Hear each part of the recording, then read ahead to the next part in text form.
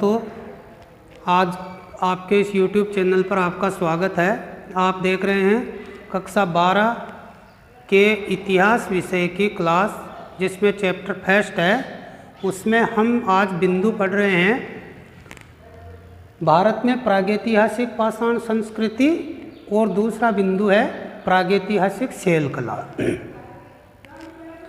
हमने इतिहास की जानकारी प्राप्त करने वाले साक्ष्य जितने भी पढ़े हैं, उनमें आज का जो चैप्टर है वो बहुत ही महत्वपूर्ण है। इसमें हम पढ़ेंगे प्राचीन काल के मानव जीवन में काम आने वाली वस्तुएं, जिनमें सबसे प्रमुख वस्तु है पाषाण अर्थात पत्थर। हम उस समय के इतिहास की जानकारी प्राप्त करने जा रहे हैं जिस समय का मानव पत्थरों के ऊपर निर्भर था, या उसने अपने जीवन में पत्थरों को काम में लेना शुरू किया था। तो देखिए, सबसे पहले आता है उस काल में, या हम इतिहास को दो भागों में बांट रहे हैं। एक तो वो इतिहास है जिस समय से हमें मानव के द्वारा काम लिए जाने वाली लेखन सामग्री है, या अन्य प्रकार की धातुओं के जब आदमी काम में लेने लग गया था, उस काल को हम इतिहास की श्रेणी में रखते हैं। और एक वो काल है जिस समय का मानव केवल और केवल पत्थरों का उपयोग करता था। उस काल को हम प्रागैतिहासिक काल के नाम से जानते हैं। यानी इतिहास में भी वो काल जिस समय का मानव केवल पत्थरों के ऊपर निर्भर था, या अपने जीवन के विभिन्न कार्य पत्थरों के द्वारा काम में लेता था। तो देखिए, पिछली शताब्दी में कई जगह ऐसी खुदाइयाँ हुई है, या ऐसे अवशेष प्राप्त हुए हैं जिस समय का मानव पत्थरों को काम में लेता था। ऐसे पत्थर प्राप्त हुए हैं। वो घटनाएं या वो पत्थरों का काल है, वो काल निर्धारण के हिसाब से पता चला है कि लगभग 20 लाख वर्ष पहले का मानव उन पत्थरों को काम में लेता था। उन पत्थरों की विशेषता थी कि वो ऐसे पत्थर थे जिनसे आदमी अपने जीवन में, जो जैसे शिकार करना है या किसी वस्तु को तोड़ना फोड़ना, ऐसे वो पत्थरों को काम में लेता था। उस काल को पाषाण काल के नाम से जाना जाता है। तो देखिए, पाषाण को काम में लेने वाले काल को भी आगे जाकर 3 भागों में बांटा गया है कि किस किस काल में कैसे कैसे पत्थरों को मानव काम में लेता था। तो एक तो वो समय है जिस समय का मानव सबसे पहले पत्थरों को काम में लेना शुरू करता था। उस काल को हमने 3 भागों में बांटा है। एक बात है कि ऐसे जो पत्थर है वो भारत में भी शिवालिक की पहाड़ी में 20 लाख वर्ष पुराने पत्थर या काम में लेने वाले पाषाण के टुकड़े हैं, वो प्राप्त हुए हैं। अब इस पाषाण काल को 3 भागों में बांटा जा रहा है। पहला है पूरा पाषाण काल, पैलियोलिथिक एज, यानी उस समय की शुरू में मानव ने पत्थरों के औजारों को काम में लेना शुरू किया था।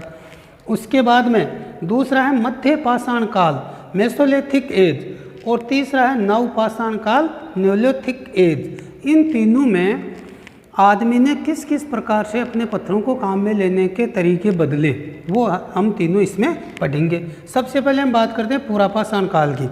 इस काल का मानव है वो ऐसे पत्थरों को काम में लेता था जो सीधे, यानी उसमें किसी भी प्रकार की कलाकृति नहीं पाई जाती है। इसके बाद में इस पूरा पाषाण काल को, या इस पाषाण काल को 3 भागों में बांटा गया है: निम्न, मध्य पाषाण काल और उच्च पाषाण काल। अब इसके बाद में दूसरा है मध्य पाषाण काल। इस काल के पत्थरों की विशेषता देखो क्या है। इस काल के आते आते या मध्य पाषाण काल के मानव में क्या क्या परिवर्तन, यानी इसमें पूरा पाषाण और मध्य पाषाण काल में क्या क्या अंतर हो गए मानव के काम में लेने वाले पत्थरों में एवं पत्थरों के काम में आने वाले क्रियाकलापों में। तो सबसे पहले देखो अंतर क्या आता है कि पूरा पाषाण काल का मानव है वो पत्थरों को हूबहू काम में लेता था, जैसे पत्थर हैं वैसे ही। लेकिन मध्य पाषाण काल में आते आते पत्थरों का आकार छोटा हो गया, यानी छोटे पत्थर या छोटे औजार वो काम में लेने लगा। इसीलिए इसे माइक्रोलिथिक टूल्स के नाम से पुकारा जाता है। इस काल के मानव की विशेषताएं देखो क्या क्या थी। या इस पूरा पाषाण काल के मानव और मध्य पाषाण काल के मानव ने अपने जीवन में क्या क्या चेंज कर दिया था। सबसे पहले इस काल का मानव, मध्य पाषाण काल का मानव के औजार पत्थरों के थे वो छोटे हो गए। दूसरा, वह आखेटक का जीवन यानी शिकार करना सीख गया था। खाद्य संग्रह, खाने की वस्तुओं को संग्रहण करना सीख लिया था। पशुपालन एवं मिट्टी के पात्र यानी वो पशुओं को पालना की उसने शुरुआत कर दी थी और मिट्टी के बर्तन वो काम में लेने लग गया था। इसके अलावा एक और विशेषता है, वो खाना पकाकर खाने की शुरुआत भी इस मध्य पाषाण काल के मानव ने शुरू कर दी थी तथा रहने के लिए उसने घास के कच्चे मकान बनाना भी शुरू कर दिया था। ये इस मध्य पाषाण काल के मानव और उसके द्वारा काम में लेने वाले पत्थरों की विशेषता है। अब हम बात करते हैं नवपाषाण काल की। देखिए, नवपाषाण काल तक आते आते मानव ने एक जगह स्थायी रूप से बसना शुरू कर दिया था।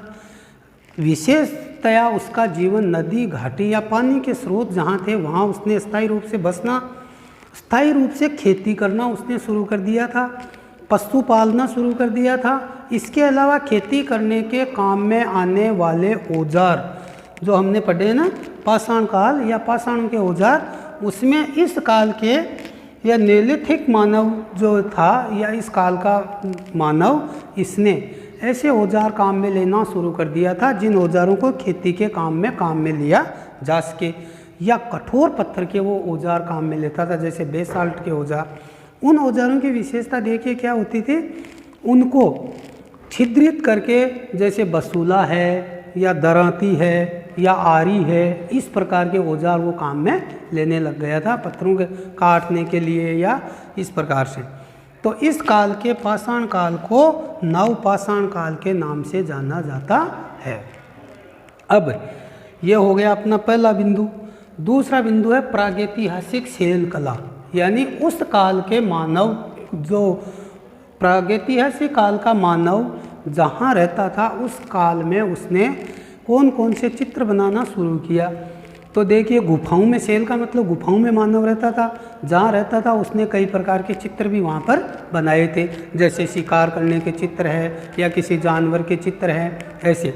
इसके अलावा हमने पढ़ा प्राचीन काल के ऐतिहासिक स्रोतों में चित्रकला वो प्रमुख बिंदु रहा है, जैसे भित्ति चित्र है, हवेलियों में बने हुए चित्र है, गुफाओं में बने हुए चित्र है। इन चित्रों में देखिए मुख्य रूप से मध्य प्रदेश में एक जगह भीमबेटका, जहाँ हमें शैल चित्र प्राप्त हैं कि उस काल में मानव वहाँ निवास करता था और उसने कई चित्र बनाए। इसके अलावा मध्य प्रदेश में अन्य जगह पंचमढ़ी, भोपाल, होशंगाबाद, विदिशा, सागर, उत्तर प्रदेश में एक जगह प्राप्त है उस मिर्ज़ापुर, राजस्थान में चंबल घाटी, बारा, आलनिया और जयपुर में विराटनगर, ऐसे स्थान है जहाँ पर उस काल के रहने वाले मानव के द्वारा बनाए गए शैल चित्र प्राप्त हुए हैं। इस बिंदु में से आने वाला प्रश्न है, जैसे एक जीके का प्रश्न है, मान लीजिए पूछा जा सकता है प्रागैतिहासिक शैल कला या शैल चित्रों में कौन सा स्थान है जो जयपुर जिले में पाया जाता है, विराटनगर। तो इस प्रकार से ये अपना बिंदु पूरा हुआ। कल हम अगला टॉपिक पढ़ेंगे जो बहुत ही इतिहास की जानकारी हमें प्रदान करने वाला है और बहुत ही रोचक जानकारियाँ आपको आगे मिलती रहेगी। धन्यवाद।